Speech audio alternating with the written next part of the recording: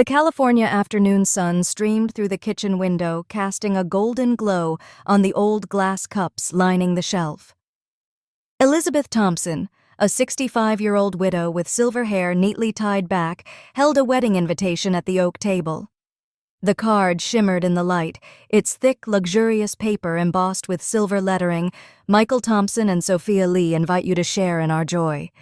She smiled, but the smile carried a hint of bitterness, like the taste of the cold coffee she had just sipped. Elizabeth lived alone in a small house by Lakeview Drive, a tranquil suburb of San Francisco. This house had once been the heart of her family, a place where her husband Robert had passed away 7 years ago from a sudden heart attack. She vividly recalled that night the wail of ambulance sirens, Michael sobbing beside his father's hospital bed, and her own trembling hands signing the final medical papers. From that moment, she became the sole pillar of the family, sacrificing everything to ensure Michael could move forward. She sold her diamond necklace, a wedding gift from Robert, to pay for his college tuition. She worked overtime at the public library, sorting dusty books so that Michael could buy his first car. She used to say, "You're everything to me," and Michael, with his bright, sparkling eyes, would hug her tightly. But time changed things. Michael met Sophia, a beautiful, ambitious woman from a well-off Los Angeles family, at business school. They fell in love quickly, and Elizabeth was initially overjoyed. She even wired $200 directly to the bridal shop for Sophia's dream dress, a white silk gown with French lace that moved the bride-to-be to tears when she tried it on. Sophia said, "You're like a second mother to me," kissing Elizabeth's cheek. Elizabeth smiled, her heart warmed, thinking her family was finally growing. Yet, as the wedding drew near, strange signs emerged. Michael called less often. Their conversations were brief and filled with excuses about being busy.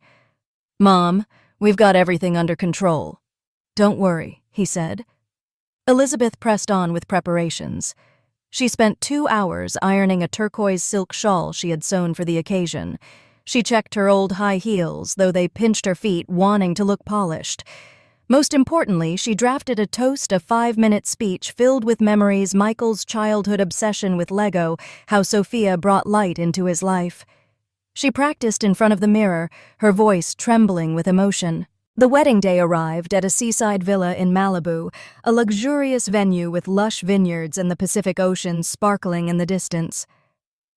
Elizabeth drove 2 hours from home, her heart pounding with anticipation. She wore a simple blue dress and the pearl necklace, the last gift from Robert. The atmosphere was vibrant, fresh flowers lined the paths, a string quartet played soft jazz, and guests laughed and chatted. She looked for Michael, her son dashing in a black tuxedo, joking with friends. "Son," she called, her voice warm. Michael turned, his smile slightly strained. "Mom, you're here." About seating. The planner said you could sit in the archive room. It's quiet near the kitchen and has no big stairs." Elizabeth froze, thinking she had misheard. "The archive room." "But I'm the groom's mother." Michael looked away, murmuring, "You like books? Quiet stuff. It'll be fine." Sophia appeared beside him, stunning in her white gown, offering a polite smile, but no hug as usual. "Just sit there, we're swamped." Elizabeth stood rooted in the hallway, laughter from the reception hall slicing into her heart like a knife. She followed the directions, stepping into the archive room, a cramped space filled with old ledgers, folding chairs, and dusty cardboard boxes. The smell of ink and moldy paper hit her. There was no round table with her late husband's family, no seat with her sister, or even a corner of the main hall. Just a place where noise goes to die. She sat at the folding table, clutching the shawl that had slipped to the floor uncollected. Her heart didn't shake instantly, but she slowly realized this was a deliberate, subtle, unmistakable erasure. She checked the seating chart. Her name was Elizabeth Thompson, optional. Optional like a disposable item. She opened her purse, pulling out the toast printed on soft ivory paper, revised thrice for humor. But now it felt absurd. She overheard Sophia outside. Did she find the room yet? Probably still wandering. Michael chuckled. "Mom's fine." Their footsteps faded, and Elizabeth's heart no longer ached. It turned cold sharp. She had yielded for too long, forgetting what it felt like to stop. Now she remembered. She took out her phone, opened the Notes app, and typed wedding expenses.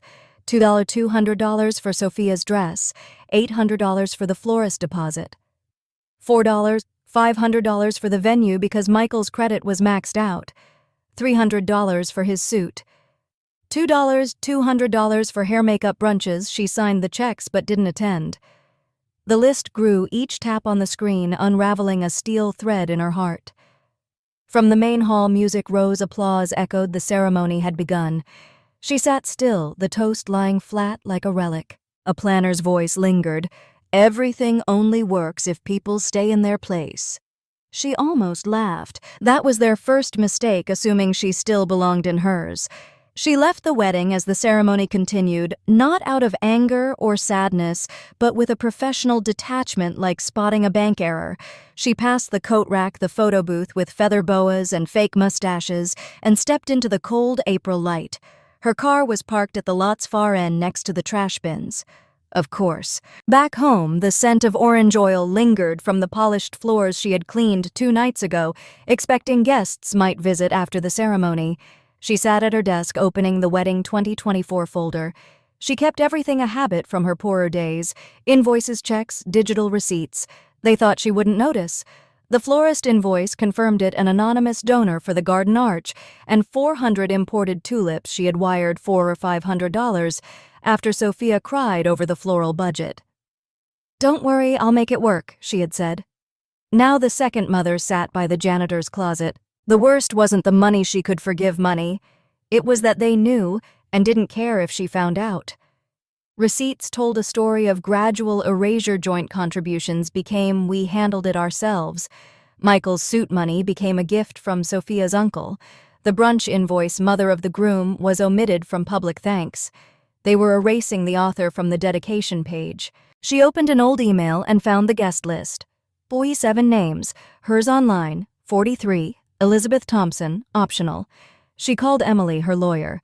"Are you ready?" And she was. That night she reread the toast aloud, sweet safe, but now it felt like a premature obituary. She crumpled it, tossed it away. Instead, she opened a maroon folder, Revocable Trust, 2023. Page 3.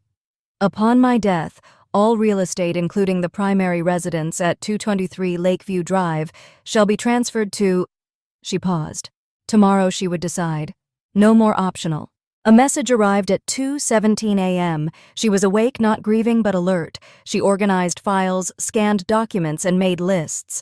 Her hands moved with precise, dangerous efficiency. Sleep eluded her. She brewed strong tea, no sugar. Her phone buzzed from Sophia. "She's still digging through receipts. Tell her to stop being dramatic." Then a second, "You said she wouldn't be a problem. This is the last thing we need. No greeting, just contempt, sent by mistake." The air stilled. She read the messages 3 times, then scrolled up. Michael had forwarded a screenshot of her expense spreadsheet. She's getting obsessive again. Should we ask Emily about early POA power of attorney?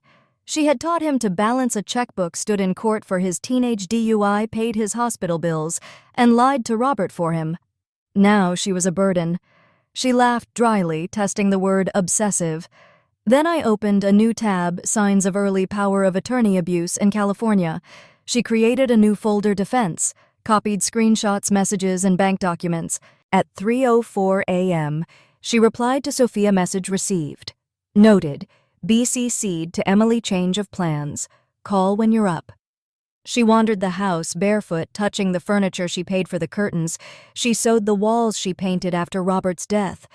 Years spent making things easier for others. It was time to stop cushioning the truth. At dawn, she dressed in gray slacks and a pressed shirt, the kind she wore at the library cataloging archives. She packed a small bag, not to leave, but because momentum mattered.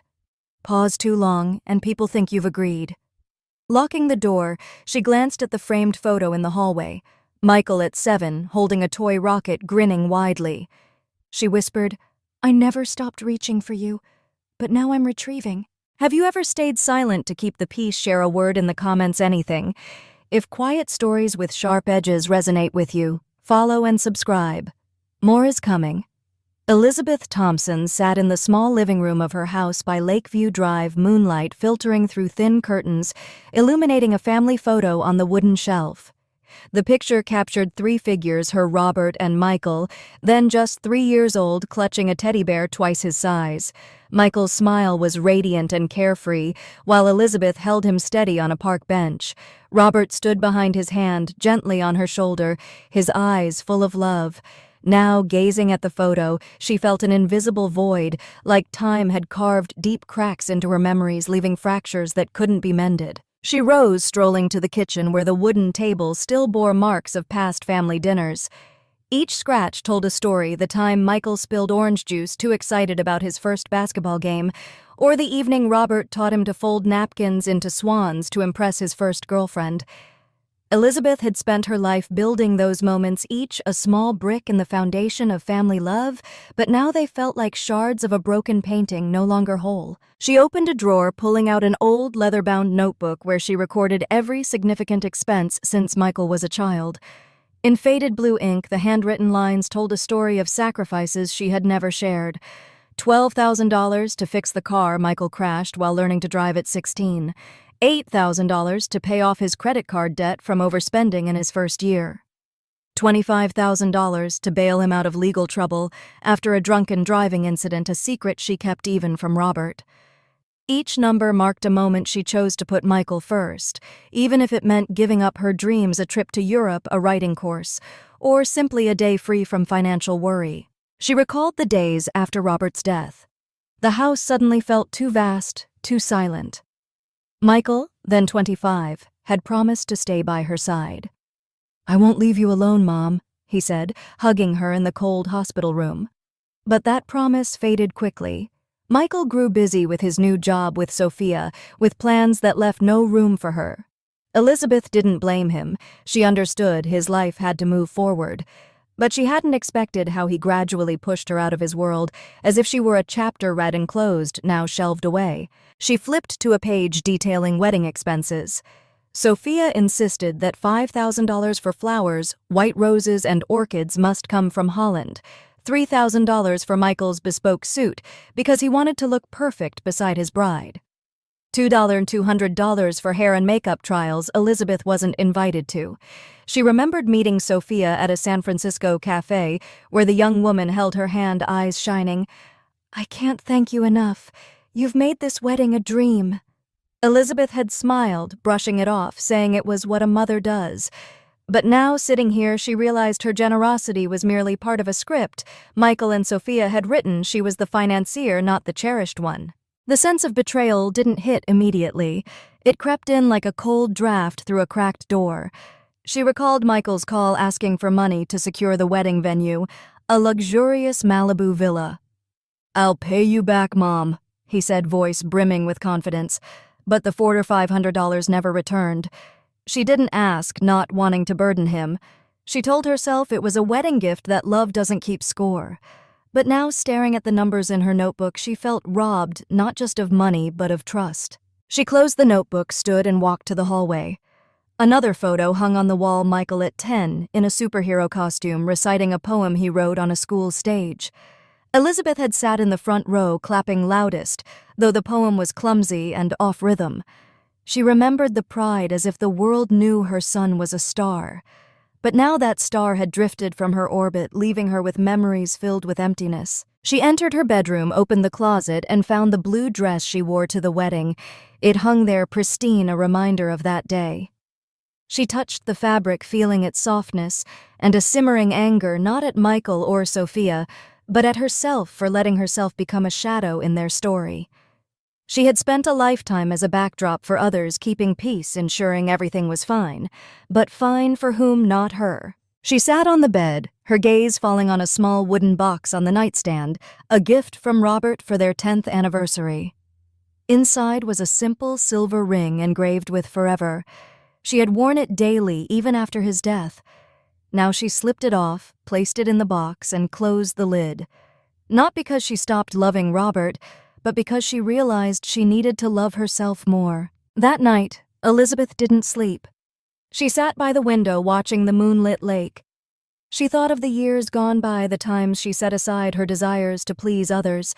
She recalled declining a concert with friends because Michael needed a ride to basketball practice.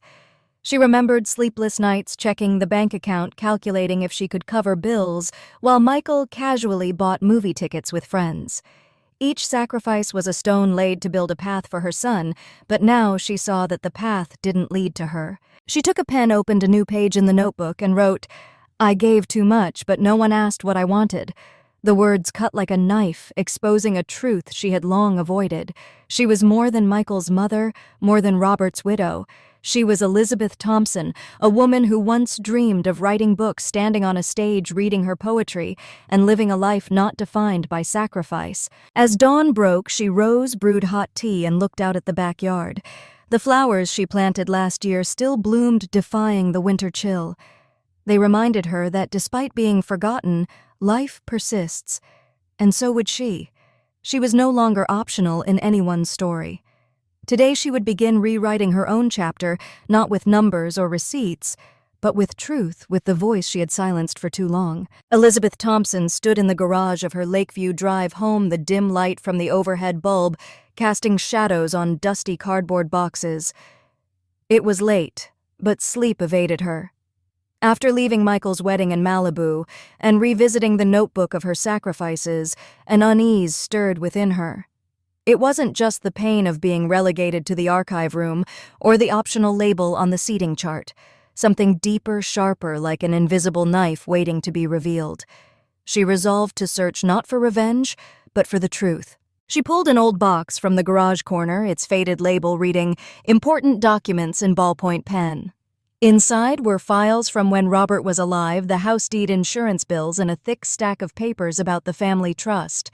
Elizabeth had always managed the household paperwork, a meticulous librarian's habit of recording and archiving.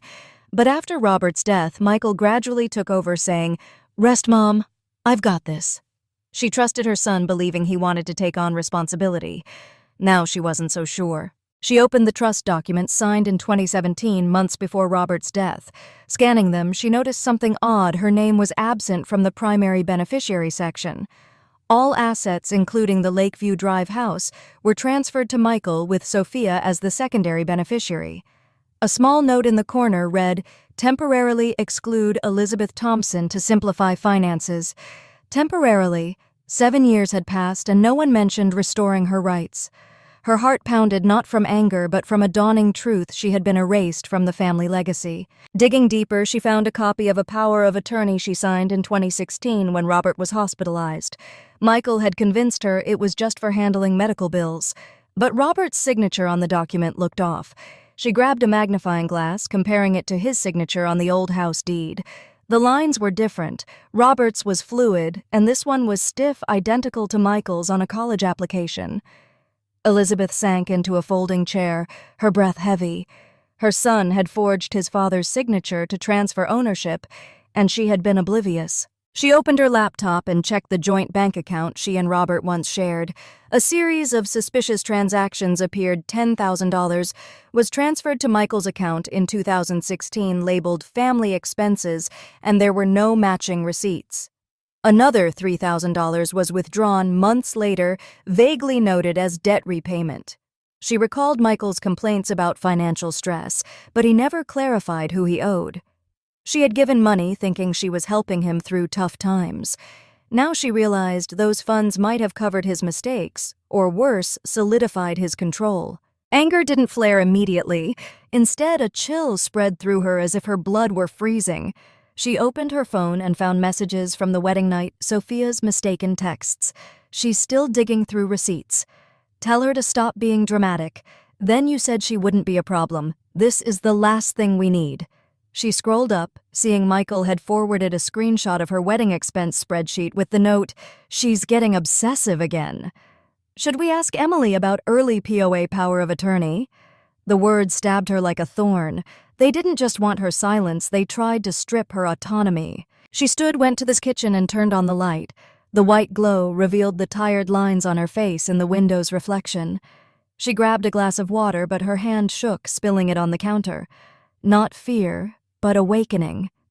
She recalled a conversation with Michael months ago when he suggested she get a mental health check. "You forget little things, Mom," he said sweetly. She had laughed, blaming age. Now she saw it wasn't a concern, it was the first step in a plan to declare her incompetent. Returning to the garage, she found an old USB in the document box. Plugging it into her laptop, she discovered a video from the kitchen security camera Michael installed after a neighborhood theft. The footage captured the night before the wedding when she had left Malibu. Michael and Sophia stood in her kitchen thinking she was gone. Sophia's voice was sharp. "She's still asking about the venue money. Tell her to drop it." Michael replied, "She thinks she's helping, but'll ruin the vibe. After the wedding, we'll move on to the medical clause. I said she signed it, medical clause." Elizabeth understood they planned to use health reasons to request a cognitive evaluation, seizing control of her assets. She saved the video to a new folder labeled Evidence. She screenshots the messages, saves receipts and notes every suspicious transaction. Each action was a hammer smashing the facade she once believed was family love. She didn't cry, her tears had long dried. Instead, she felt a new strength like a smoldering fire reigniting after being doused. She opened another drawer, finding Robert's handwritten letter written weeks before his death. "Elizabeth, but didn't fix things in time if you're reading this. I let Michael manage the trust thinking it would ease your burden. But I'm worried he's not ready. You're the backbone of this family. Don't let anyone make you invisible." Robert's words hit her heart like a blow. He had foreseen it but couldn't correct it. And Michael had exploited that trust. She folded the letter and placed it in the wooden box by her bed. She sat by the window that night, gazing at the shimmering lake. Small waves lapped the shore, steady, reminding her that life goes on even with a broken heart. She was no longer the mother who gave everything. She was Elizabeth Thompson, a woman betrayed but refusing to be erased.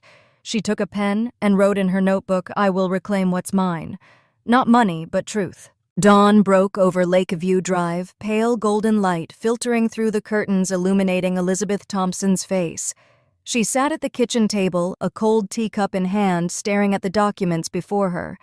Robert's letter, the security camera video, and suspicious receipts lay scattered pieces of a puzzle she had just solved. Michael and Sophia's betrayal was no longer a vague feeling. It was a sharp, undeniable truth like a blade. But instead of letting pain consume her, Elizabeth felt a new strength rising like a smoldering fire, reignited by a cold wind. She didn't want revenge. Revenge was for the weak, and Elizabeth sought to reclaim control of her story. She opened her laptop and searched for Emily Carter's number, her old lawyer friend from their days at the San Francisco Public Library.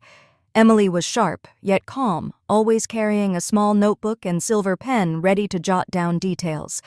Emily's voice came through the phone, warm but firm. "What's up? You're not calling just for coffee, are you?" "No," Elizabeth replied evenly.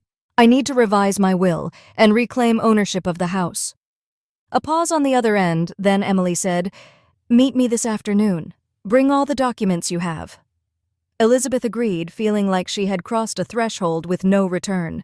She spent the morning organizing sorting receipts, copying the camera video, and printing Robert's letter. Each action was precise, like her days arranging books at the library, emotionless only order. That afternoon, Emily's office sat on the second floor of a small San Francisco building, smelling faintly of pine and coffee. Emily Hare, in a high bun, thin-framed glasses, slid a glass of orange juice toward Elizabeth. "Tell me," she said, opening a fresh file. Elizabeth recounted everything: the archive room at the wedding, the forged signature, Sophia's mistaken texts, and Michael's plan to declare her incompetent. Emily didn't interrupt. She only took notes, her sharp eyes analyzing every detail. When Elizabeth showed the camera video, Emily paused her pen, looking at her. "You've got strong evidence here. They won't get out of this easily." Elizabeth nodded. "I don't want a lawsuit. I like what's mine." Emily gave a slight smile. "Then we start with the house." Robert's 2017 will named Michael the primary beneficiary, but his letter shows that wasn't his intent. We can use it to request a review of ownership. Elizabeth nodded, but in her heart, it wasn't just about the house. It was about recognition. She wasn't an invisible shadow, but the one who built this family from its fragments. They drafted a new will, Elizabeth requested that Michael and Sophia be removed as beneficiaries. Instead, she chose Maria Gonzalez, the neighbor who brought chicken soup every Thursday after her knee surgery.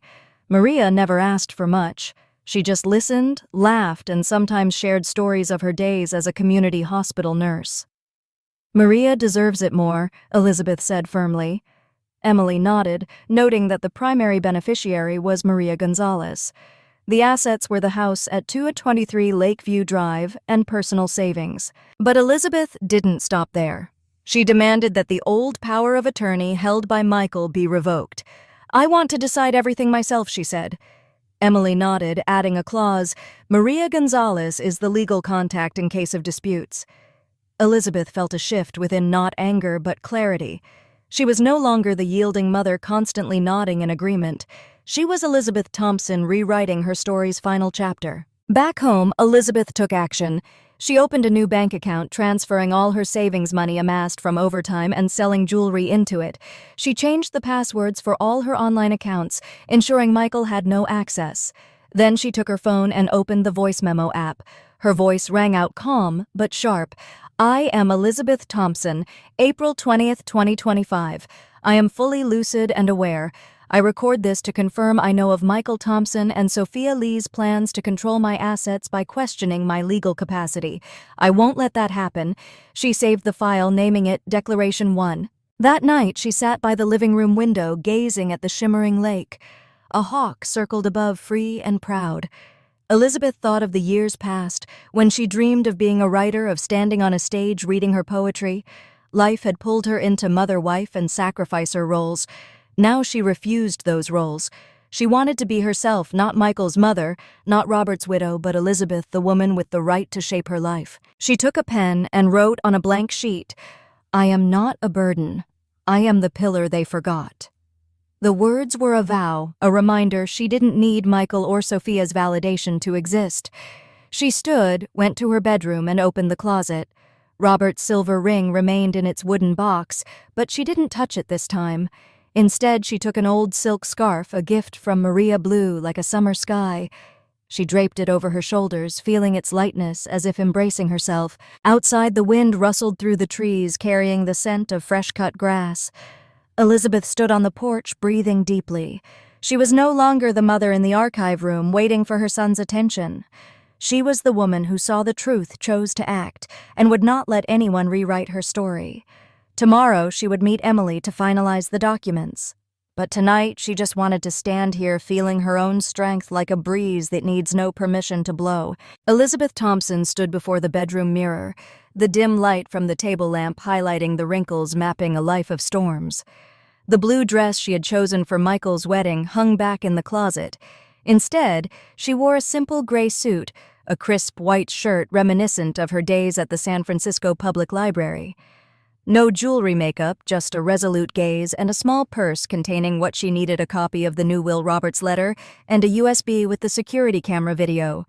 Today she wasn't attending as the groom's mother, she was attending as a witness. Late afternoon, she drove to Michael and Sophia's house in a modern San Francisco suburb with neatly trimmed trees and neutral-toned homes. She knew Michael would be home. He often worked remotely on Fridays. When she knocked, footsteps echoed and the door opened. Michael stood in a t-shirt and jeans, hair disheveled, eyes flickering with surprise.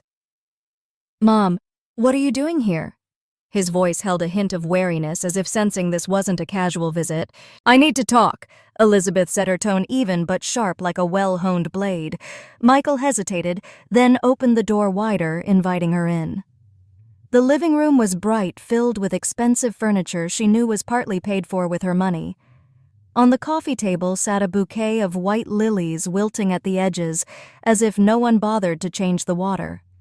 Elizabeth sat in an armchair, her hand resting lightly on her purse, while Michael stood arms crossed, eyes averted. "I'm swamped, Mom," he said, a touch of irritation in his voice. "The wedding's tomorrow. You know that. What's this about?" Elizabeth looked straight into his eyes, unflinching. "You thought I didn't know, didn't you? About the will, the forged signature, your and Sophia's plans." Michael stiffened, lips pursed, but he didn't respond. She pulled a stack of documents from her purse, placing them on the table. "This is proof. Your father's signature on the 2016 power of attorney. It's not his. It's yours. And this," she held up the USB, "is a video from the kitchen camera capturing your talk with Sophia about declaring me incompetent." Michael paled, stepping back as if the floor had caved beneath him. "Mom, you're misunderstanding," he stammered. "We just wanted to help you. You're older, you worry too much." Elizabeth cut him off, her voice icy. "Help or control? You think I didn't notice you took thousands from our joint account, $10,000 in 2016, $3,000 later, not to mention the wedding expenses you called gifts." He opened his mouth, but she raised a hand. "No more lies, Michael. I taught you better than that." The room grew heavy, as if all sound had been sucked into a silent void. Michael sank into the chair opposite, gripping his knees. "What do you want?" he asked, voice low, almost a whisper. Elizabeth opened her purse, pulling out the new will's copy. "I've revised the will. The house and the assets are no longer yours or Sophia's. Maria Gonzalez is the beneficiary. And I've revoked your power of attorney. Everything is mine again as it should be." Michael shot up, voice rising. "Maria, the neighbor. Are you kidding? You're choosing an outsider over your own son?" Elizabeth didn't flinch. "Maria doesn't see me as a burden. She brings soup every week, listens, and asks for nothing. And you shoved me into an archive room, called me optional." She punctuated each word, pinning them to the air.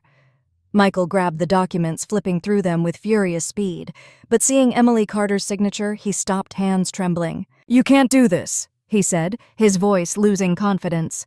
Elizabeth stood facing her son. "I did, and this is a copy. The original is with Emily in a safe. If you try to contest it, you'll lose." Michael tossed the papers onto the table, turning away, fists clenched. "You're ruining everything. Tomorrow's my wedding, and you do this?" Elizabeth smiled, but it held no warmth. "I'm not ruining anything. I'm taking back what you stole, not money, but respect." She walked to the door, but turned back before leaving, placing a small bouquet of daisies she picked from her garden that morning on the table. "Consider this my wedding gift," she said, her voice light but cutting. "But this time, I'm not paying." As she stepped outside, the sunset painted the road red. Michael ran after her, shouting, "Mom, wait!" But she didn't stop. He stood at the threshold, holding the daisies, his face a mix of anger and confusion. Elizabeth got into her car, closed the door, and drove away without looking back. Her heart pounded not from pain, but from a newfound feeling freedom. She was no longer the mother awaiting her son's approval. She was a woman who saw the truth and chose to act. Back home, she opened the door, stepping into the hallway.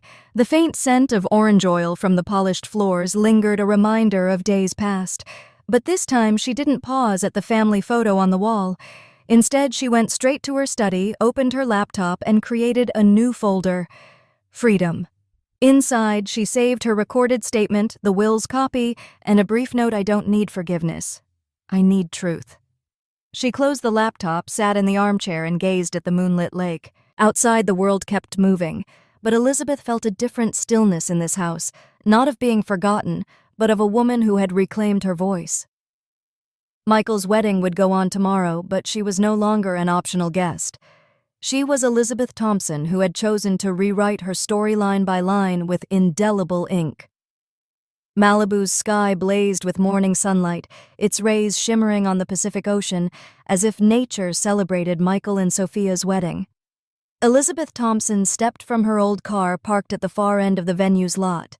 She wore a simple navy suit, hair tied low, no jewelry or makeup, not to blend in, but to assert her presence. The new will's copy, Robert's letter, and a USB with the security camera video were in her purse. Today, she wasn't here to play a role.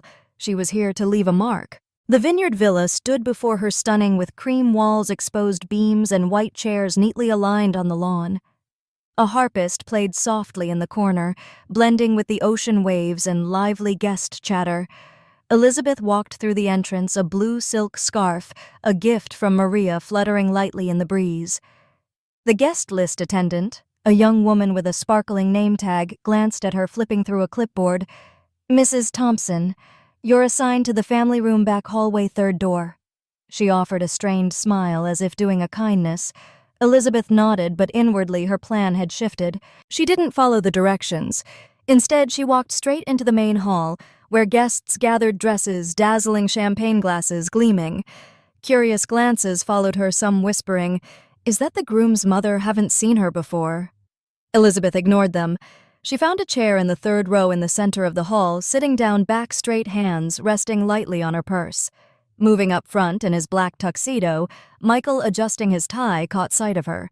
His eyes flashed unease, but he quickly turned away, pretending not to notice. Sophia appeared, her white silk gown clinging tightly, sparkling like a star. She beamed at guests, but her smile stiffened into a polite curve when her eyes met Elizabeth's. Elizabeth didn't react, only observed like a historian noting details of an event poised to change history. The ceremony began with sweet vows and rousing applause. Elizabeth sat still, her heart pounding not from the couple's love, but from the moment she awaited drawing near. When the officiant, a middle-aged man with a warm voice, announced, "Let's raise a glass to the bride and groom," the hall buzzed with clinking glasses. Michael and Sophia stood at the center, hand in hand, eyes sparkling with joy. But then Elizabeth stood. No clink of glass, no introduction. Her slow but resolute movement drew eyes from across the hall.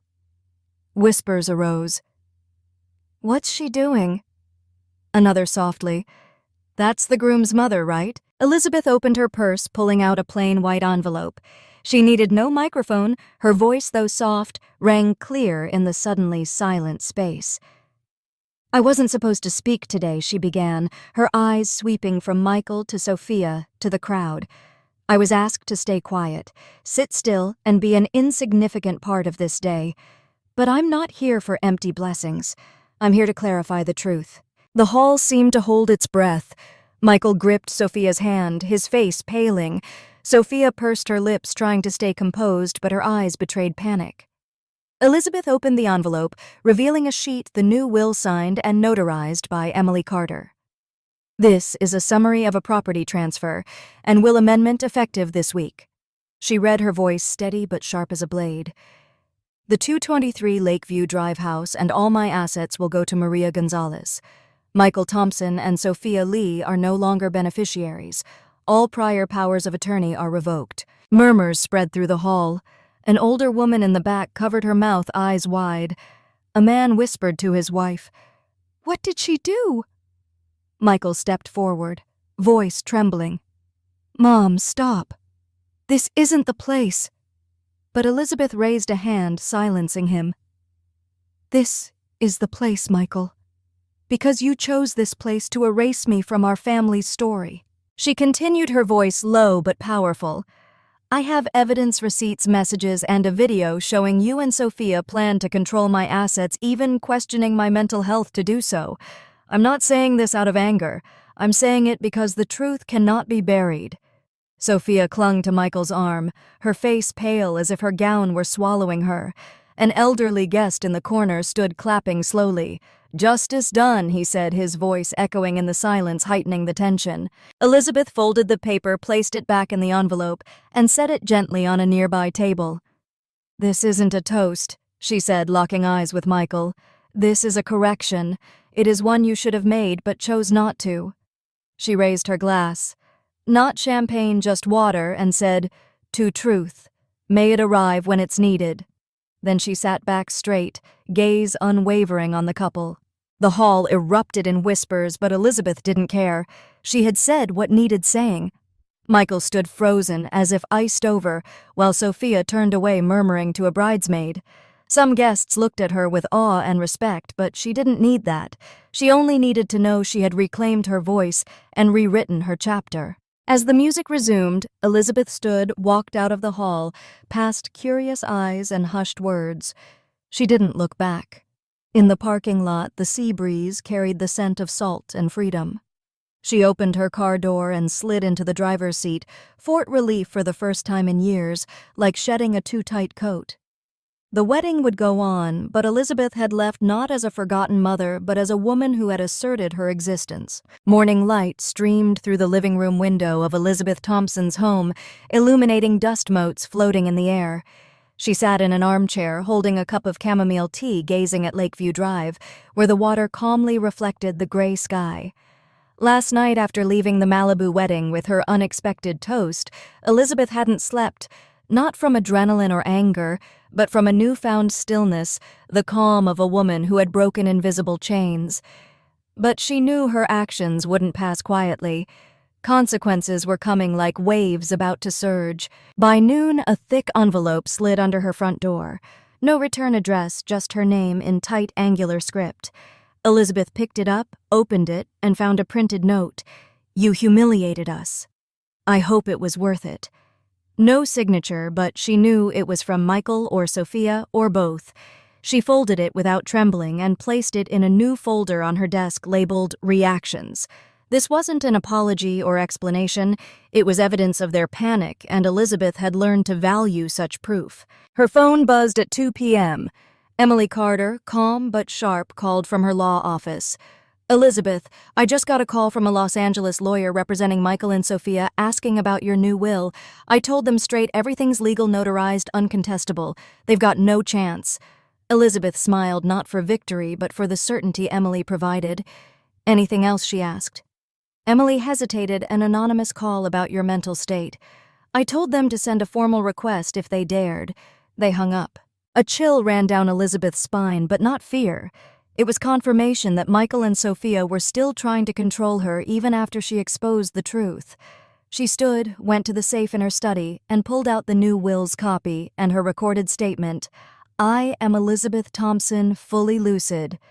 She checked them, ensuring their safety. Then she opened her laptop, adding a note to the defense folder. "Call from LA lawyer, April 21st, 2025. Suspected attempt to contest will." That afternoon, Maria Gonzalez appeared at her door, carrying a pot of fragrant tomato soup and a loaf of rye bread. With curly hair tied high and a warm smile, Maria always made Elizabeth's house feel less empty. "Heard the wedding was beautiful," Maria said, setting the soup on the stove.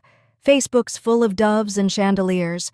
Elizabeth didn't respond immediately, just slid a stack of documents toward Maria. "Read," she said. Maria sat flipping through the pages. The new will, Robert's letter, Sophia's text, screenshots. She paused at the wedding expense list, eyes widening. "You kept all this? What's next?" Elizabeth sipped her tea, gazing out the window. "I won't confront them directly. I'll let the truth speak." Maria nodded, asking no more, pouring soup into 2 bowls and sitting across from her. They ate in silence, but it wasn't heavy. It was like a silent promise between 2 women that they'd stand by each other without empty words. Maria was the only one who didn't see Elizabeth as a shadow, which was worth more than any asset. That evening, Elizabeth opened social media for the first time in months. Michael had posted a wedding photo, him and Sophia kissing under a chandelier, captioned, "Forever starts here. Grateful for a loving family." Elizabeth stared longer than intended, not at the picture, but at Sophia's smile, thin as if she were holding her breath. She scrolled through comments filled with congratulations, but no one mentioned her.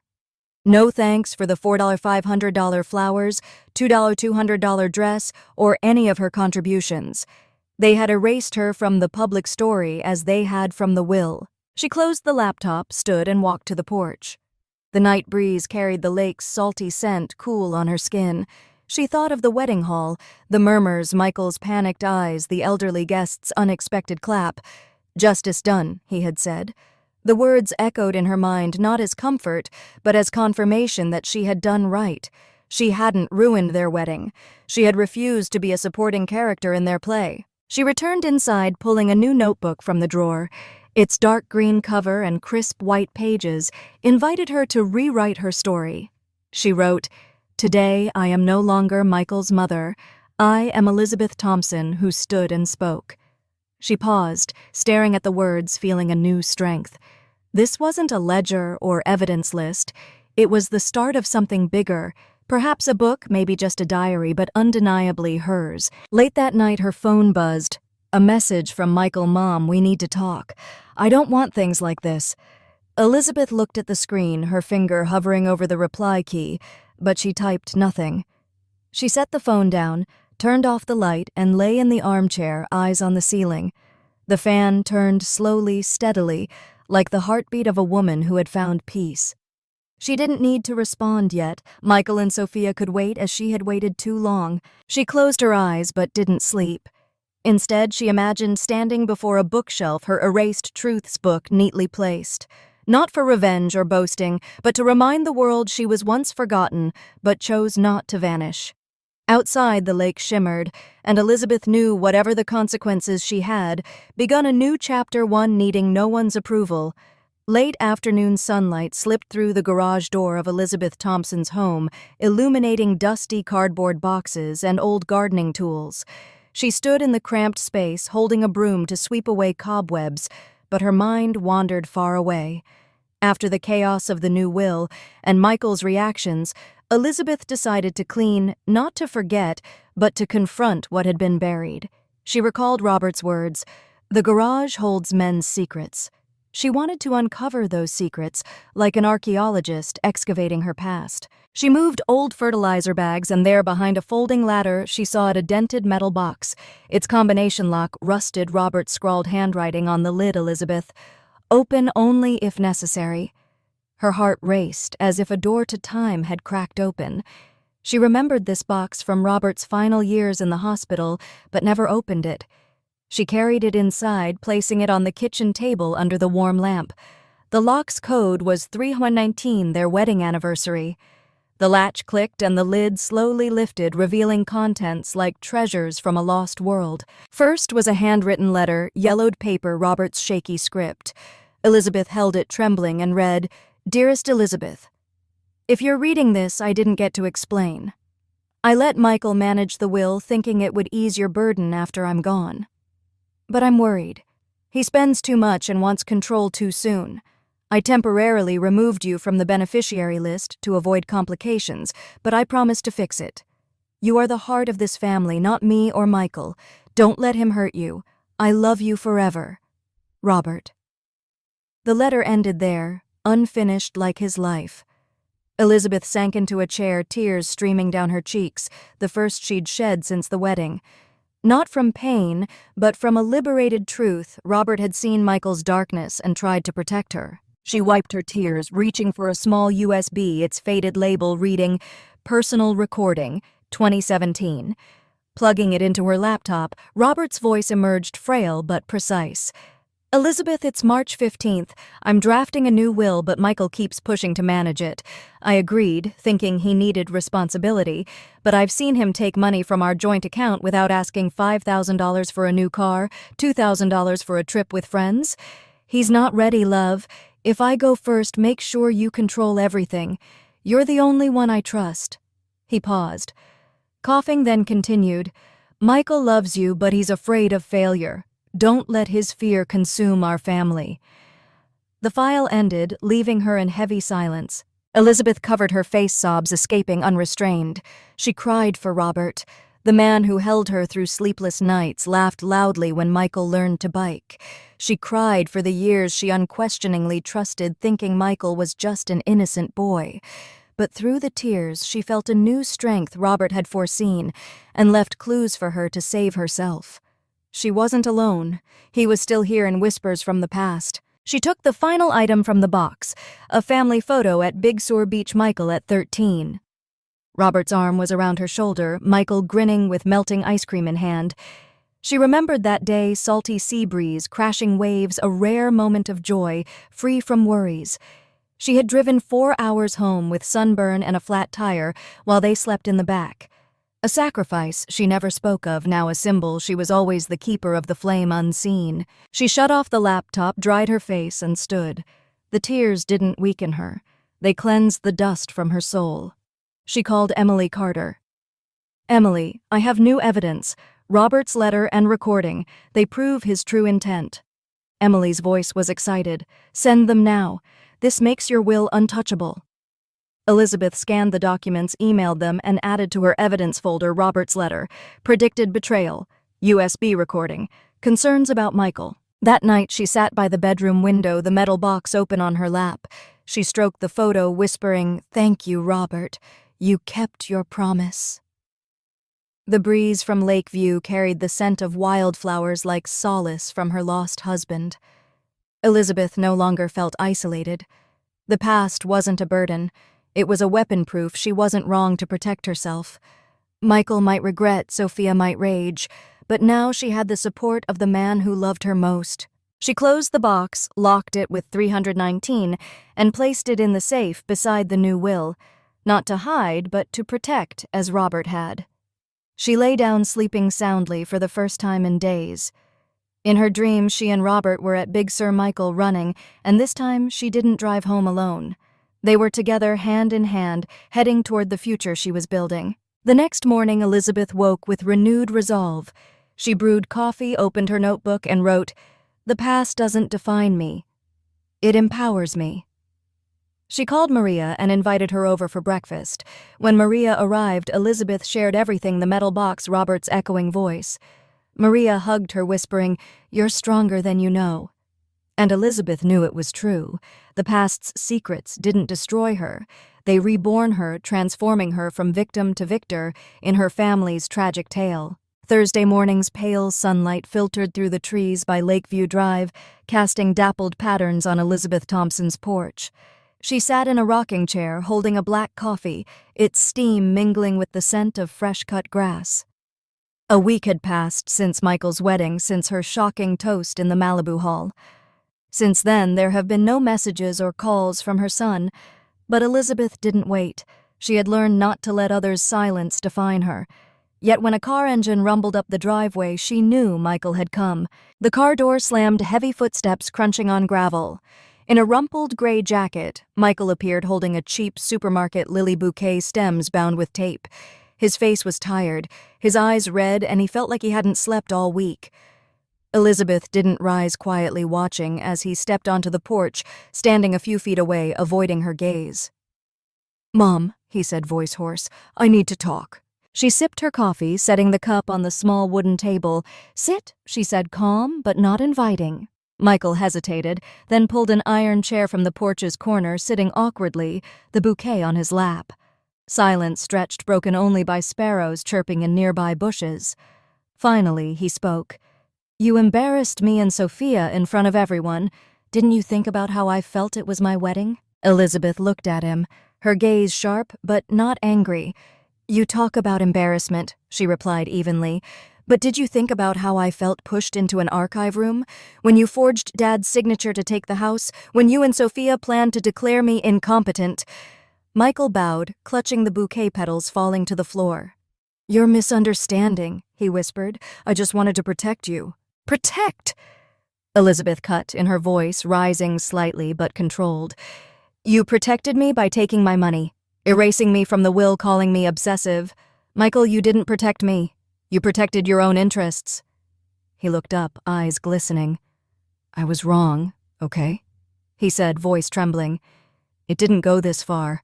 I had debts, you know that. Sophia wanted a perfect wedding, and I just wanted to make her happy." Elizabeth shook her head, not in rejection, but from a deep sadness. "Son, I'm not angry that you wanted to make Sophia happy. I'm angry that you were willing to sacrifice me to do it." She stood, went inside, and returned with a thick envelope, the new will's copy, Robert's letter, and the USB recordings transcript. She placed it before Michael. "This is the legacy your father left. Not money, not a house, but truth. Please read it." Michael flipped through the pages, hands shaking at Robert's handwriting. When he reached the recording transcript where his father voiced concerns about his spending and irresponsibility, he stopped, face pale. "I didn't know," he whispered. "I didn't realize Dad said this." Elizabeth looked at him, her voice soft but firm. "You didn't know because you didn't want to. You chose not to see me, not to see what I did for you all these years." Michael set the envelope down, hands covering his face, shoulders shaking. "Mom." "I'm sorry," he said, voice choked. "I don't want to lose you. I didn't like this." Elizabeth sat across from him, feeling a touch of softness for the first time in the conversation. But it wasn't forgiveness, it was pity. "Michael," she said, "I'm not cutting you off from my love, but I'm cutting you off from control. You lost that when you betrayed me." He looked up, tears streaming. "So what do I do? How do I fix this?" Elizabeth gazed at the lake where sunlight faded into dusk. "You can't fix what's broken," she said, "but you can start living honestly, not for me, but for yourself." She stood, walked to the door, signaling the conversation's end. Michael stood, the bouquet, falling petals scattered. "Can I come back?" he asked, voice nearly pleading. Elizabeth paused, hand on the doorknob. "You can ask," she replied, not turning back, "but don't expect me to wait like before." Michael stepped out, leaving the bouquet behind. As his car drove off, the engine's hum blended with the evening breeze, and Elizabeth picked up the fallen petals, tossing them in the trash. They were wilted, like his once-spoken promises. She returned inside, sat at her desk, and opened her laptop. The Freedom folder was now brimming with documents, but she added a new note. "Talk with Michael, April 27th, 2025. No forgiveness, just clarity." She closed the laptop and walked to the back porch, where Maria had planted a small rosebush as a gift. The red blooms stood vibrant, thriving, despite barren soil. Elizabeth touched a petal, feeling life under her fingers. She didn't need Michael's apologies. She needed herself. That night, she sat by the window watching the moonlit lake. She thought of the years past when she cradled Michael, singing him to sleep. Those memories remained beautiful, but no longer held her hostage. She took a new notebook and wrote, "I don't need Michael to be whole. I am enough."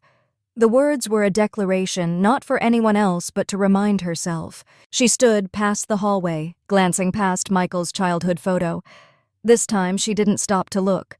She entered her bedroom, opened the window, letting the night breeze flood in. The lake's waves lapped softly, whispering she had done right. Michael might return or not. But Elizabeth knew this final conversation wasn't an end. It was the start of a new version of herself, unbound by hollow promises. The sunset draped Lakeview Drive in a radiant orange gold, as if the sky were painting a final farewell to Elizabeth Thompson. She sat on her porch, the rocking chair creaking softly, holding a new hardcover notebook, an ink pen beside it. A week after the tense talk with Michael, her house remained quiet, but the stillness of freedom was no longer tinged with waiting or regret.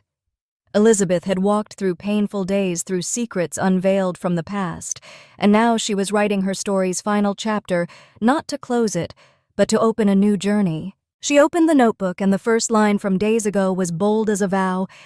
"I don't need Michael to be whole. I am enough." But today she wanted to write more. She tried to capture not just the truth, but the feeling of a woman who had rediscovered herself after years of being forgotten. The pen glided across the page, words flowing like water. "They called me difficult, but I remembered too well. They said I was stuck in the past, but I labeled every box of memories. They said I ruined the wedding. I say I stopped lending them my silence." She paused, smiling not for triumph, but because the voice finally felt like hers, sharp, true, no longer anyone's shadow. Elizabeth set the pen down, gazing at the lake. A white heron glided over the water, its wings graceful, dancing with the breeze. She thought of earlier days when she dreamed of being a writer, of standing on a stage reading her poetry. Life had cast her as mother-wife sacrificer, but now she was free from those roles. She had begun writing a book tentatively titled Erased Truths, not for revenge, but to tell her story from silent sacrifices, heartbreaking betrayals, to the moment she stood in the wedding hall claiming her existence. She stood, went inside, and retrieved a small box from her study. Inside was the first print of her book's 15 opening pages, black ink on white paper, carefully bound. The cover read, Erased Truths, by Elizabeth Thompson. Below the title, she had handwritten, For Those Told to Shrink. You don't have to comply. She placed the box on the bookshelf beside the Big Sur family photo, Robert, Michael, and her, where she drove home with a flat tire and sunburn. Now that photo no longer hurts. It was part of her story, not the entirety. Her phone buzzed softly on the table. A message from Maria Gonzalez. "Want to go to New York with me? There's a book fair next month. Bring your manuscript." Elizabeth smiled, typing back, "I'll think about it." Probably yes. The thought of standing in a New York library surrounded by towering bookshelves made her heart race. She had never left California for long, but now she wanted to go, not escape, but explore. Small cafes, quiet cemeteries, city corners where she could write undisturbed, that was the future she craved. She stepped into the backyard where Maria's rosebush bloomed vibrantly. She cut a stem, avoiding thorns, and placed it in a small glass vase on the kitchen table. The faint rose scent reminded her of days past, but didn't hold her back. She opened the safe, checking one last time the new Will Roberts letter, the USB, and an envelope labeled, "If They Ask Again." She knew Michael and Sophia might reach out and send another anonymous note, but she wasn't afraid. Everything was arranged, notarized, and protected. Emily Carter had said they'll lose if they try to sue. Elizabeth believed her. That evening, Maria arrived with fresh-baked cookies and a bottle of red wine. They sat on the porch, sharing small stories from library days to dreams of a European trip. Maria said, sipping wine, "I've never seen you this strong. You're like a book rewritten, new cover, new chapters." Elizabeth laughed, her first genuine laugh in months. "I'm not rewritten," she said. "I'm just finishing the draft." Late that night, after Maria left, Elizabeth returned to her desk. She opened her laptop, adding to her manuscript. "When they asked me to be silent, they wanted me to be a ghost in their story, but I wrote my own with indelible ink pages, needing no permission." She printed the passage, pinned it to a wooden board on the wall beside a miniature painting she made years ago, "A Road to the Sea, empty but full of light." She stepped onto the porch one last time before bed. The night breeze carried a chill, but Elizabeth didn't shiver. She stood, hands in pockets, gazing at the starry sky. A shooting star streaked by, swift and brilliant, a reminder that life still held wonders, even when she stopped expecting them from others. She went inside, locked the door, and turned off the light. The lake's waves lapped softly like the heartbeat of a woman who had reclaimed herself. Elizabeth lay in bed, no longer haunted by memories of Michael or Robert. She thought of New York libraries, the pages she would write, days undefined by sacrifice or betrayal. She closed her eyes, and for the first time, sleep came gently like an old friend returning. The house was quiet, but not empty. It was filled with Elizabeth Thompson, the woman who had liberated herself not by fleeing but by standing firm and declaring, "I am myself and I am enough."